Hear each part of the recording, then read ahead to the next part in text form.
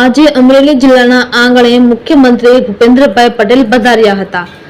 સવારે લાઠીના દુધાળા ખાતે પદ્મશ્રી સૌજીભાઈ ધોળકિયા સરોવર ખાતે મુખ્યમંત્રીએ નિરીક્ષણ કર્યું હતું ને બાદ અમરેલીના નાગનાથ મહાદેવ મંદિરે જલાભિષેક કરીને દર્શન કર્યા હતા અને બાદ અમરેલીના સયાજીરાવ ગાયકવાડ રાજમહેલના નવીનીકરણનું ખાતમુહૂર્ત કરવામાં આવ્યું હતું ને બાદ અમરેલીનું અદ્યતન બનેલ મોડર્ન એસટી બસ સ્ટેશનનું લોકાર્પણ કર્યું હતું।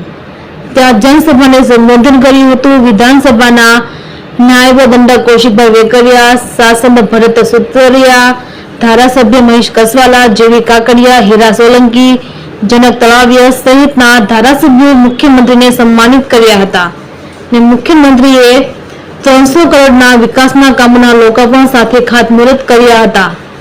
જનસભા વખતે ભાજપમાં ભરેલા અંબરીશ ડેર દર્શકોને વીઆઈપી હોલમાં જોવા મળ્યા હતા।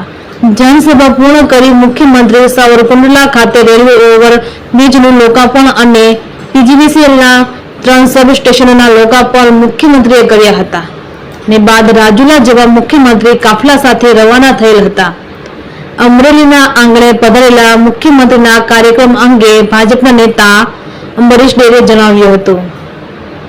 રિપોર્ટર યોગેશ ઉનડકટ, સાવરકુંડલા। મૃદુ મક્કમ માનનીય મુખ્યમંત્રી શ્રી ભૂપેન્દ્રભાઈ પટેલ આજે અમરેલી જિલ્લાના પ્રવાસે છે। અમરેલી, ત્યાંથી સાવરકુંડલા, ત્યાંથી રાજુલા અને ત્યાંથી ધારી અને ફરી વખત અમરેલી એવો સાહેબનો પ્રવાસ છે। રાજ્ય સરકારે જે તે કરેલા કામો એના લોકાર્પણો અને જે તે રકમ ગ્રાન્ટમાંથી જે ફાળવેલી છે એમના ખાતમુહૂર્તોના કાર્યક્રમ છે। આ સંદર્ભે માનનીય મુખ્યમંત્રી શ્રી અમરેલી જિલ્લામાં જ્યારે પધારે છે ત્યારે એનું સ્વાગત કરીએ છીએ અને આવનારા સમયની અંદર જેટલા કામો ખાતમુહૂર્ત થઈ રહ્યા છે ઝડપથી પૂરા થાય એને માટેની પણ એને સૂચના આપી છે, એટલે ખૂબ આવકાર્ય છે। રાજ્યની સુખાકારી માટે અમરેલી જિલ્લો પણ અગ્રેસર રહે, પાછળ રહે એમના માટેનો નમ્ર પ્રયાસ માનનીય મુખ્યમંત્રી શ્રી અને સૌ આગેવાનો કર્યો છે ત્યારે ખૂબ આવકાર્ય છે। તમે કેમ ઓડિયન્સમાં બેઠા હતા આજે? ઓડિયન્સ કરતા વીવીઆઈપી અને અમરેલીનો જે કાર્યક્રમ જે છે એ ચોક્કસ પ્રમાણે જિલ્લા વહીવટી તંત્રનો કાર્યક્રમ હોય તો ચૂંટાયેલા જનપ્રતિનિધિઓ અને હોદ્દેદારો અપેક્ષિત સ્ટેજ ઉપર હોય છે એ મુજબ જેટલા પણ પૂર્વ ધારાસભ્યશ્રીઓ હતા એ બધા જ વીવીઆઈપીની બેઠકમાં બેઠા હતા।